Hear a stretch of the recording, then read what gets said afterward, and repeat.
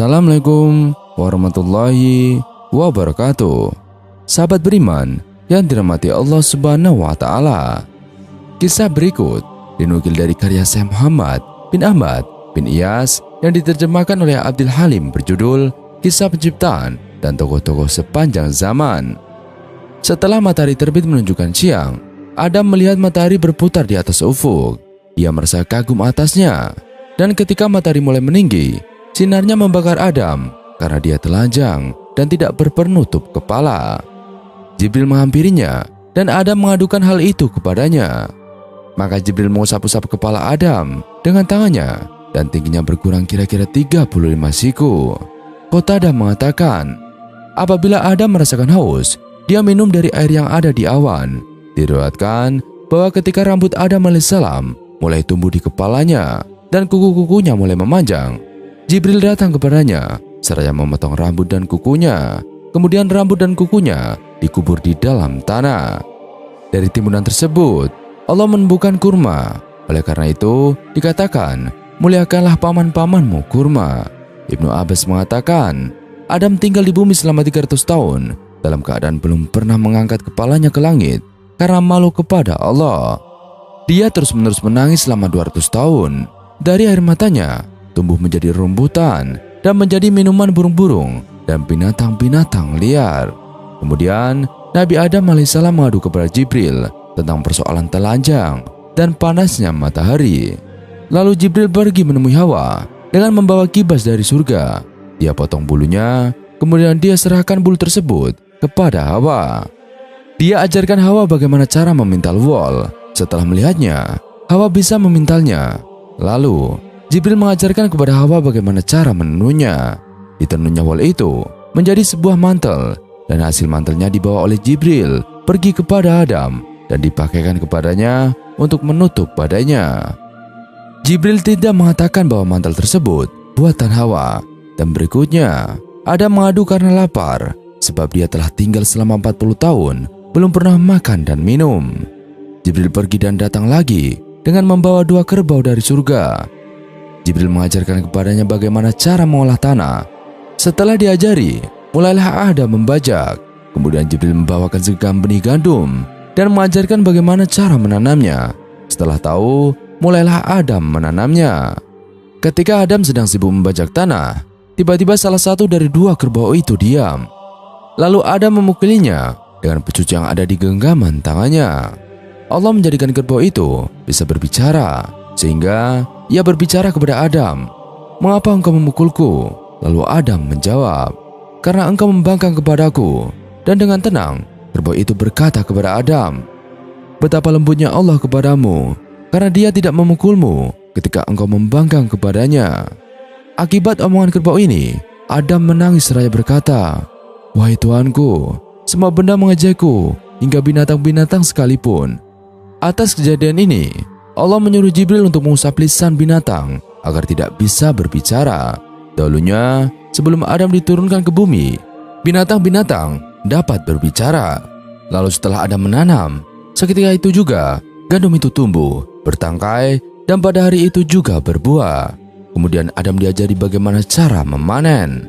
Setelah tahu, dia mulai memanen, menebah, dan menampi di udara. Adam berkata kepada Jibril, "Apakah aku sudah bisa makan?" Lalu Jibril menjawab, "Sabar." Kemudian Jibril mengambil 2 buah batu dari gunung. Kemudian dipakainya batu itu untuk menggiling sampai gandum itu menjadi tepung. Adam berkata kepada Jibril, "Apakah aku sudah bisa makan?" Jibril menjawab, "Sabar." Lalu Jibril pergi dan membawakan sepercik api dari neraka jahanam setelah meredamnya di dalam air sebanyak 7 kali. Sebab kalau tidak, tentu percikan api itu membakar bumi dan makhluk yang ada di sana. Kemudian Jibril mengajarkan kepada Adam cara membuat roti.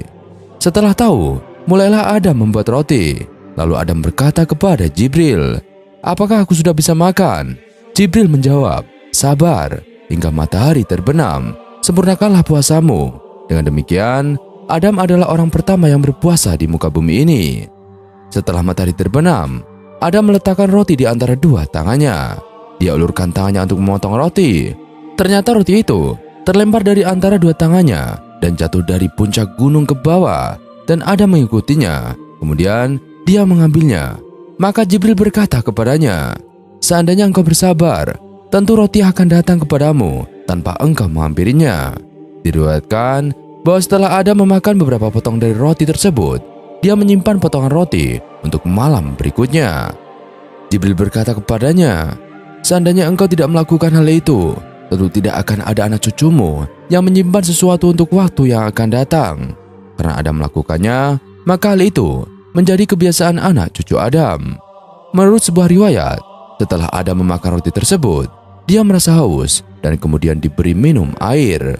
Kemudian dalam badannya, dia merasakan sesuatu yang aneh yang belum pernah terjadi sebelumnya.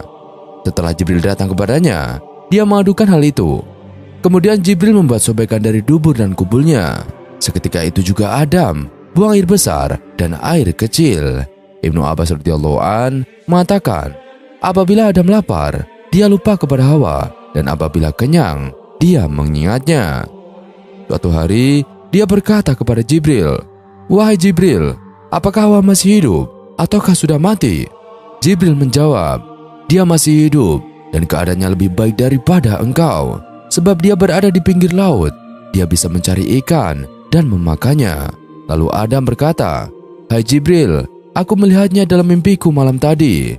Jibril menjawab, "Wahai Adam, bergembiralah, Allah memperlihatkan Hawa kepadamu, mata-mata karena hal itu menunjukkan sebentar lagi engkau bakal berkumpul bersamanya." Ibnu Abbas radhiyallahu an mengatakan, setelah hari-hari ujian untuk Adam alaihissalam telah berakhir dan dia telah bertaubat, Allah menerima taubatnya. Itulah firman Allah. Kemudian Adam menerima beberapa kalimat dari tuannya, maka Allah menerima taubatnya. Sesungguhnya Allah Maha menerima taubat lagi Maha penyayang. Quran Surat Al-Baqarah ayat 37. Sebagian ulama mengatakan Adam diberi ilham oleh Allah untuk mengatakan, "Wahai Tuhan kami telah menganiaya diri kami sendiri, dan jika engkau tidak mengampuni kami dan memberi rahmat kepada kami, niscaya pastilah kami termasuk orang-orang yang merugi." Quran Surat Al-A'raf ayat 23. Menurut sebuah riwayat, Adam berkata, "Wahai Tuhanku, dengan hak Muhammad, ampunilah kesalahanku." Lalu Allah berfirman kepadanya, "Bagaimana engkau mengetahui Muhammad, padahal aku belum menciptakannya?" Lalu Adam menjawab, "Setelah engkau menciptakanku, aku mengangkat kepalaku, lalu aku melihat tertulis di atas penyangga-penyangga arus, La ilaha illallah Muhammadur Rasulullah. Tidak ada Tuhan kecuali Allah, dan Muhammad adalah utusan Allah. Maka aku yakin bahwa engkau tidak akan menyandingkan namamu kecuali dengan nama makhluk yang paling engkau cintai." Allah berfirman, "Hai Adam, engkau benar dan aku telah memaafkan kesalahan-kesalahanmu karena engkau meminta ampun kepadaku dengan hak Muhammad." Selama 300 tahun, Adam memanjatkan doa tanpa henti demi memohon ampunan kepada Allah Ta'ala. "Ya Allah, ampunilah kami demi menjunjung tinggi cahaya Muhammad yang kami tanggungkan." Permohonan ini dijawab oleh Allah Ta'ala. "Hai Adam, siapakah yang mengajarimu tentang nilai cahaya yang kau tanggungkan itu?" Lalu Adam alaihissalam menjawab, "Ya Allah, setelah engkau memberiku ruh dan mengajariku tentang seluruh nama dan panggilan, ke arah manapun aku menyaksikan bahwa nama dan panggilan lucu tersebut ada di samping asma dari dirimu yang maha suci, sehingga aku sadar bahwa dialah alasan penciptaan dunia ini dan dialah pemberi syafaat mutlak. Dengan demikian aku tahu bahwa cahaya yang kubawa serta adalah cahaya Muhammad yang mulia dan engkau cintai. Karena dia adalah rahmat bagi semesta alam, maka Muhammad adalah rahmat untukku juga. Itulah mengapa aku mohon kiranya engkau berkenan mengampuni kami dan menjunjung tinggi cahaya itu." Sebagai penegasan, kemudian Adam alaihissalam mendengar Allah subhanahu wa ta'ala berfirman kepadanya, "Walaupun dosa seorang itu sebanyak butir-butir pasir di seluruh bumi ini, walaupun sebesar gelombang di samudera dan sebanyak atom di alam semesta ini, aku akan mengampuninya, meskipun dia adalah orang paling rendah di antara hamba-hambaku dan bukan nabi sebagaimana engkau. Asal saja dia memohon ampunanku demi menjunjung tinggi Muhammadku dan memohon syafaat dari dia yang aku cintai, aku akan mengangkat hamba yang paling rendah sekalipun."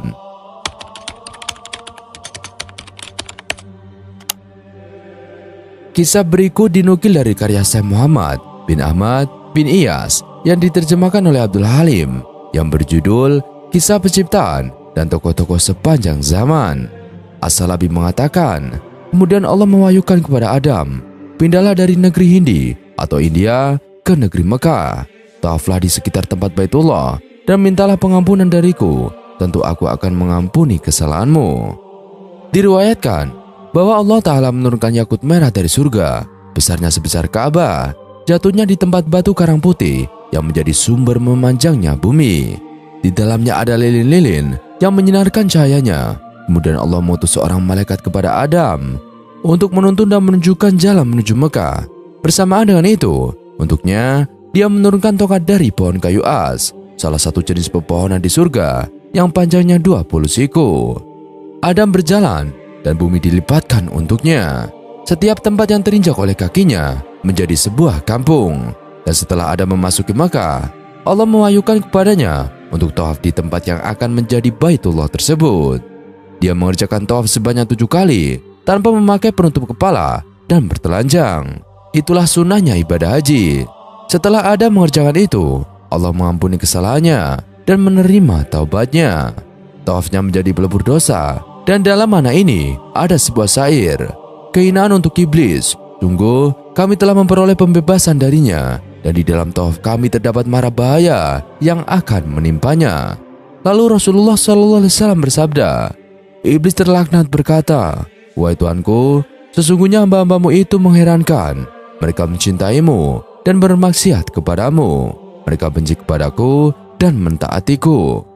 Maka Allah berfirman kepadanya, demi keagungan dan kemuliaanku, pasti aku jadikan kecintaan mereka terhadapku sebagai pelebur ketaatan terhadapmu, dan kebencian mereka terhadapmu sebagai pelebur kemaksiatan terhadapku. Setelah Adam bertaubat, dia disuruh Allah untuk pergi ke Arafah. Adam pun pergi ke Arafah dan berdiam di sana. Tiba-tiba, Hawa berjalan ke arah Adam. Mereka berkumpul di gunung tersebut. Sejak saat itu, diam wukuf di gunung tersebut dijadikan salah satu bagian dari ritus ibadah. Tempat tersebut diberi nama Arafah karena Adam dan Hawa saling kenal di tempat itu. Kemudian Adam tinggal sebentar di Mekah dan kemudian pergi ke tanah Hindi atau India bersama Hawa. Menurut sebuah riwayat, perpisahan antara Adam dan Hawa terjadi selama 500 tahun. Diriwayatkan pula, setelah Adam terusir dari surga, dia memakai penutup dengan daun surga. Setelah tinggal di bumi, daun tersebut mengering dan bertebaran di atas bumi. Jadi semua wangian yang ada di tanah Hindi atau India, penyebabnya adalah tebaran daun tersebut.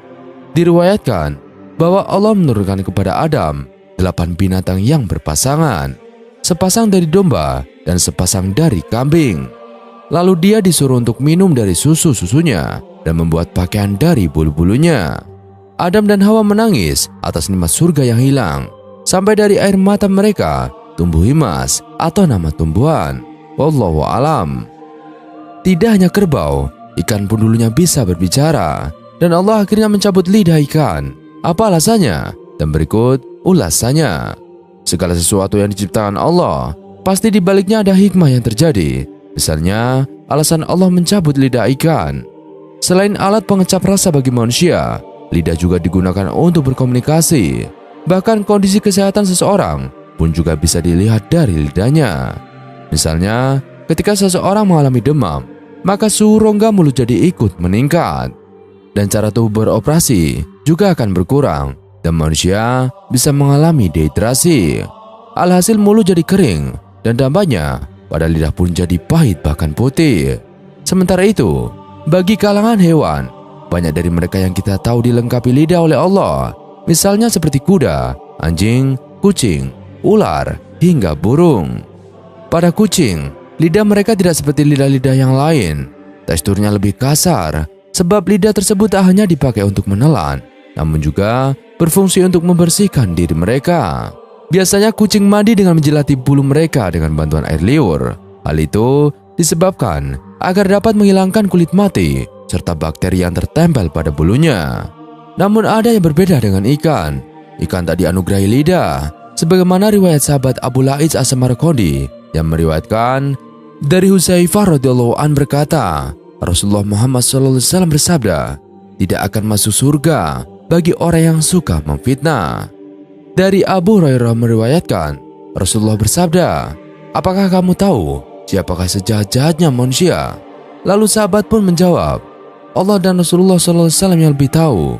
Rasulullah bersabda, sejahat-jahatnya manusia adalah orang yang bermuka dua, tidaklah masuk surga untuk dia yang suka membesar-besarkan cerita.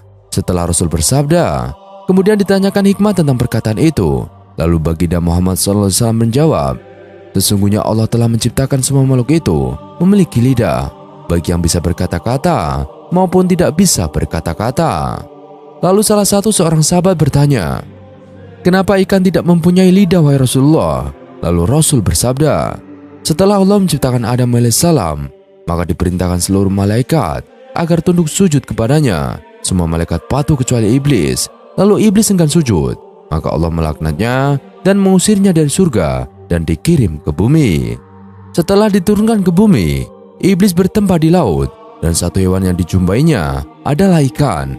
Iblis pun menceritakan keburukan dan kekurangan Nabi Adam alaihissalam kepada ikan. Lalu iblis pun berkata, sesungguhnya Adam itu sangat suka memburu dan membunuh binatang-binatang yang ada di lautan dan daratan. Setelah ikan mendengar kata-kata iblis, ia pun segera menceritakannya kepada binatang laut lainnya tentang Nabi Adam alaihissalam. Hal tersebut menjadikan Allah tidak menyukai perbuatan ikan. Kemudian dihilangkanlah lidah ikan agar tidak dapat menyampaikan berita yang bukan sebenarnya. Kisah tersebut dianggap sebagai sebuah refleksi bagi umat manusia agar bisa lebih berhati-hati dalam menyampaikan berita yang tidak jelas kebenarannya. Lidah pun kelak akan dimintai pertanggungjawaban atas perkataan yang telah diucapkan selama di dunia. Allah Subhanahu wa taala berfirman dalam Quran surat Qaf ayat 18, tiada satu ucapan pun yang diucapkannya melainkan ada di dekatnya malaikat pengawas yang selalu hadir. Hanya saja riwayat ini dikategorikan lemah dengan referensi yang juga lemah.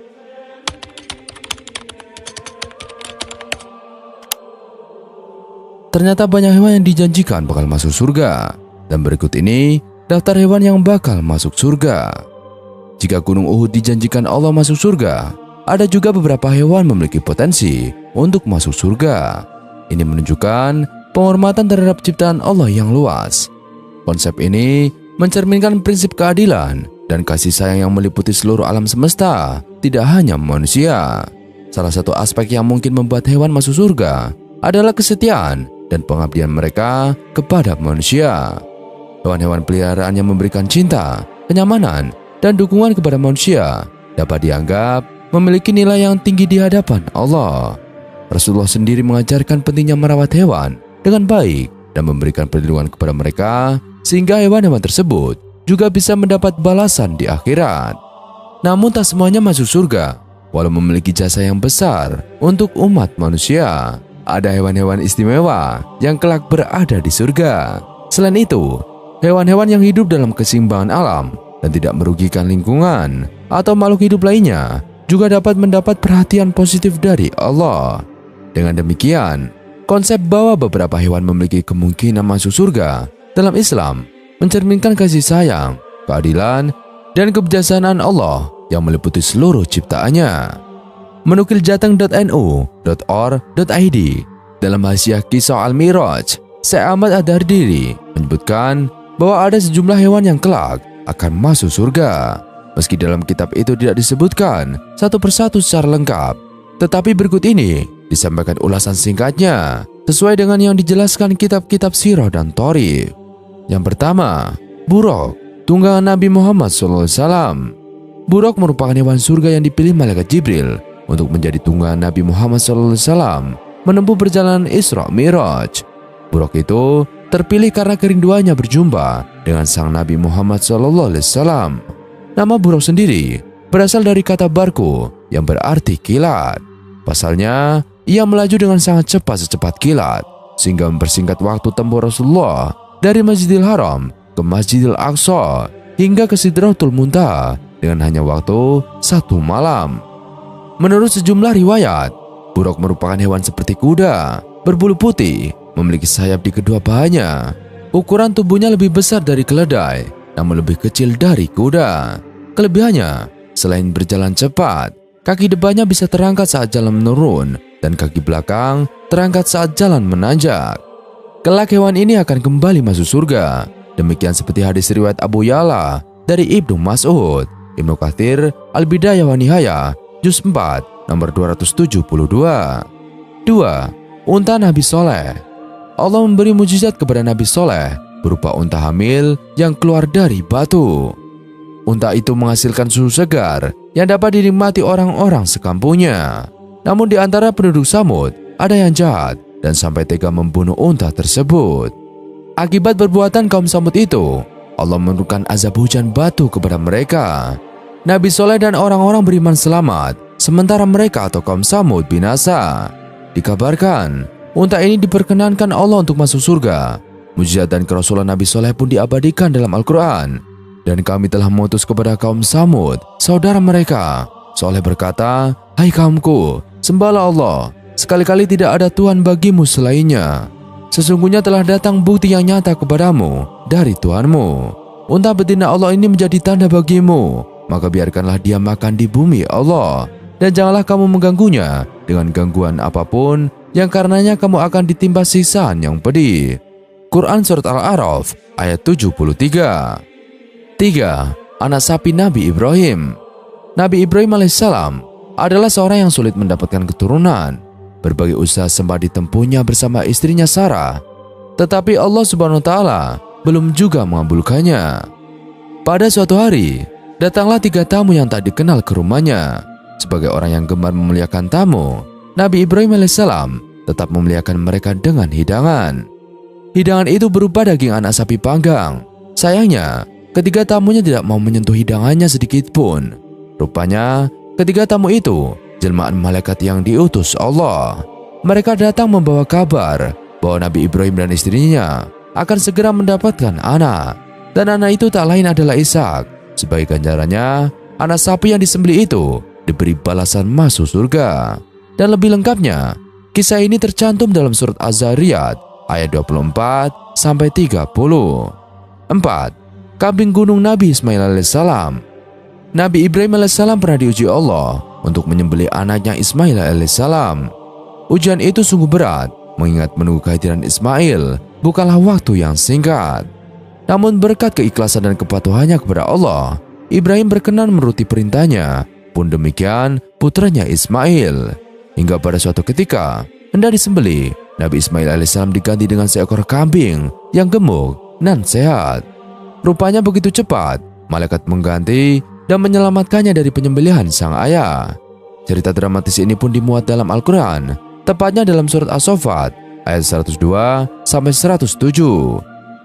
Dan berawal dari kisah ini, kita disyariatkan untuk menyembelih hewan kurban pada hari raya Idul Adha. 5. Hudhud Ratu Bilqis.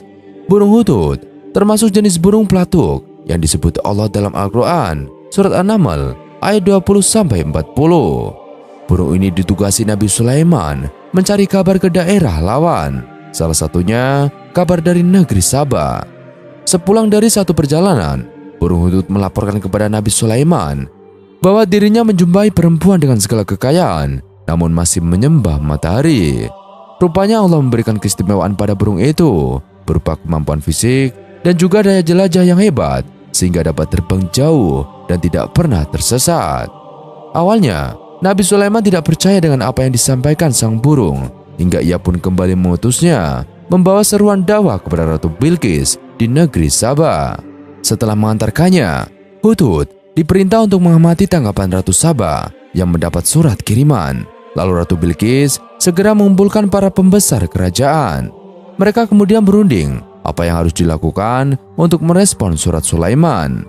Hasilnya adalah mengirim utusan untuk mengantarkan hadiah kepada Raja Sulaiman di Yerusalem. Burung hudhud terbukti benar telah menunjukkan tentang kerajaan Sabah yang tidak diketahui oleh Sulaiman alaihissalam. Berkat jasanya, burung hudhud pun dijamin Allah masuk surga. 6. Semut Nabi Sulaiman. Hewan berikutnya yang dijamin akan masuk surga ialah semut-semut yang berbincang dengan Nabi Sulaiman alaihissalam. Kisahnya berawal dari perjalanan Nabi Sulaiman dengan pasukannya ke sebuah daerah. Di tengah perjalanan, mereka melewati sebuah lembah yang disarangi semut. Melihat kedatangan Nabi Sulaiman alaihissalam, Raja Semut langsung memerintahkan rakyatnya untuk masuk ke dalam sarang. Alasannya agar mereka tidak terinjak-injak oleh pasukan Nabi Sulaiman alaihissalam. Mendengar instruksi Raja Semut kepada rajanya, Nabi Sulaiman meminta pasukannya berhenti serta memberi kesempatan kepada kawanan semut untuk memasuki ke sarangnya. Setelah kawanan semut masuk sarang, Nabi Sulaiman berbincang dengan Raja Semut. Dari pembicaraannya, terungkaplah tujuan Raja Semut yang sesungguhnya. Ternyata ia memerintah kawanannya masuk sarang bukan khawatir terinjak pasukan Nabi Sulaiman, melainkan semut-semut takut merasa takjub melihat kemegahan pasukan Nabi Sulaiman alaihissalam sehingga melupakan kekuasaan Allah. 7. Anjing Ashabul Kahfi. Kisah anjing Ashabul Kahfi ini bersamaan dengan kisah sekelompok pemuda yang tertidur di dalam gua dan terbangun setelah 3 abad kemudian. Bayangkan saja, mereka tertidur di dalamnya selama 300 tahun. Tujuan awal mereka masuk ke dalam gua adalah melarikan diri dari kekejaman Raja Daqyanus yang dikenal pemimpin yang ingkar. Setelah masuk gua, pemuda Ashabul Kahfi yang terdiri dari 7 orang dan ditemani seekor anjing itu dibuat tertidur oleh Allah Subhanahu wa Ta'ala selama ratusan tahun. Begitu terbangun dari tidur, mereka berhasil lolos dari kejaran Raja Daqyanus dan hidup di zaman yang sudah lebih baik dari sebelumnya. Kisah ini pun diabadikan dalam Al-Quran, dalam Quran Surat Al-Kahfi ayat 9-22. 8. Ikan yang menelan Nabi Yunus. Dikisahkan, perjalanan dakwah Nabi Yunus alaihissalam mendapat penolakan keras dari kaum Ninawa. Alasan penolakan mereka adalah karena Nabi Yunus seorang pendatang, hingga akhirnya Nabi Yunus alaihissalam merasa putus asa dan pergi menaiki kapal yang penuh dengan muatan. Di tengah perjalanannya, badai besar menghadang kapal yang ditumpanginya. Akibatnya satu persatu muatan dibuang ke laut, termasuk muatan orang. Saat diundi, keluar nama Yunus dan mengharuskan dirinya melompat ke laut. Sesaat melompat ke laut, Nabi Yunus langsung ditelan ikan besar.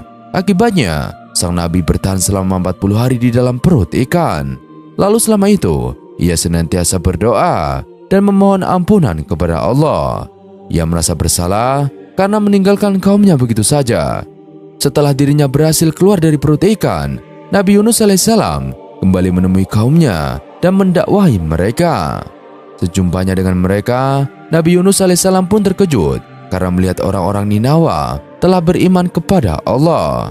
Rupanya, sejak Nabi Yunus pergi dan badai besar menimpa kaum Ninawa, mereka baru sadar bahwa apa yang dikatakan Nabi Yunus alaihissalam adalah benar.